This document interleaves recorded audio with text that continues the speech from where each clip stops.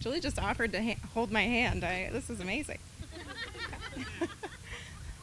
You'll see a theme here. Okay. Hi, everyone. Can everyone hear me? Okay? Yes? Okay. For those who don't know me, my name is Hannah, and I am Julie's maid of honor. And as the name implies, I am truly honored to be giving a speech this evening. As everyone knows, every great maid of honor speech begins by the maid of honor talking about her own wedding. I bring up my own wedding for one reason and one reason only. When I tell you that to this day, the number one comment I receive about my own wedding is not about the ceremony, it's not about the music or the food or even my dress. It is about Julie's maid of honor speech. Julie gave her maid of honor speech at my rehearsal dinner, and for the rest of the wedding weekend, the majority of comments I received were, "Wow, what a speech your best friend gave, and how amazing was that speech, and good luck to you when she gets married." So thanks to Julie, I have been dreading giving this speech since the day of my very own wedding. But a truly great maid of honor speech will take you all the way back to the beginning. So let us take a journey together. Julie and I met on the first day of 6th grade. We were the new kids and we had just moved from different locations earlier that year. Julie was taller than me. I know. So I thought she must be the 8th grade homeroom leader. She thought that I was a boy. I've since had a glow up. We became inseparable very quickly, so much so that at lunchtime, when one of us was homesick, okay, let's be real, it was me who was homesick. Julie did go to Yale after all and wasn't allowed to be sick. Isn't that right, Mrs. Q? When I was out sick, we would call each other from the payphone outside of our cafeteria and eat lunch together over the phone. It became very obvious very quickly that Julie would be one of the most important people and support systems in my life. In fact, and this is a true story, Julie used to break up with my middle school boyfriends for me. It became common knowledge to the middle school men of John Jay that if Julie came up to you at recess, a breakup was imminent. But she always ended the breakups with, "Do you want a hug?" It turns out that I wasn't the only one she was supporting. I think everyone at this wedding can pick a moment or 1,000 where Julie has held them up and supported them. After college, when I had applied to medical school but was feeling very doubtful of my acceptance, I had lined up various jobs to start immediately after graduation. Julie gave me a passionate speech, convincing me that I should quit my jobs before I even started them and travel with her to South America to celebrate my accomplishment of graduating college and to live my life to the fullest. She told me it didn't matter if I got into medical school, it would still be there tomorrow, and what was life worth living if I didn't take the time to spend with my best friend?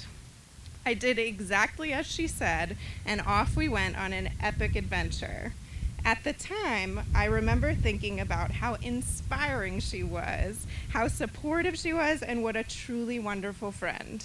Now, I just think she wanted someone to travel with her. Oh boy. Oh. We got it. How many of us have gotten the "Do you want to go to Europe this weekend?" text from Julie at this point? We did all come to Mexico for her after all. But regardless of her motivation, I think we can all agree that Julie so clearly lives her life to the fullest, more than anyone I've ever known. Luckily, and the reason we are all here is that Julie has found her forever travel partner. I remember meeting James, and my initial impression was that he was quiet. I know, can you imagine? He was clearly very smart, incredibly kind-hearted, mature, very mature. That means old, James. And remarkably easy to talk to. Might I say that he was a good middle seat guy? But he was quiet, a man of few words. I remember Julie telling me that his favorite activity was long, drawn-out games of poker. Julie is fast-paced and not very quiet. So it honestly worried me that he might not be able to keep up with our rocket girl. I am a protective best friend, after all. But what I so quickly learned was quite the opposite. James ignites Julie's light and encourages her to thrive. Just as Julie so clearly does for others, James lifts Julie up. When Julie told James they were moving to Hawaii for the pandemic, off they went without any hesitation. When Julie insisted that they live out of suitcase and travel from state to state, off they went again. When Julie demands to order the entire menu at a restaurant, well, James has since put a limit on that, so I've heard. But initially, he was right there with her, trying the whole menu. When Julie runs races, James is right there cheering her on. When Julie hits the dance floor with some questionable dance moves, James is right there dancing with her, following her lead. It has been so obvious to me, and I imagine to everyone else, that in each other they have found their North Star. I saw a TikTok recently, where all reputable information comes from, that talked about your North Star friend. A North Star friend is someone who makes you feel your truest and most authentic self. They always know what to say, even if it is nothing at all. They accept you for exactly who you are, with no pressure to show up for them in any certain or specific way. Things with them always feel light and easy, even in a heavy situation. You know that you'll always come back to each other, no matter how far apart you may get or how long it may be. For me, Julie has always been my North Star. Ooh, I knew this was going to happen. She is the brightest star that I've ever been fortunate to be close to. Julie lights up every single room that she walks into, figuratively and literally. I can't see now. I think that is why so many people are so drawn to her. She has this uncanny ability to make anyone and everyone feel so welcome, heard, and filled with immense joy. I distinctly remember once reuniting with Julie after a long period away and actually remembering what it felt like to laugh so hard my stomach hurt and tears streamed down my face. And I've seen her have that exact same effect on so many people here.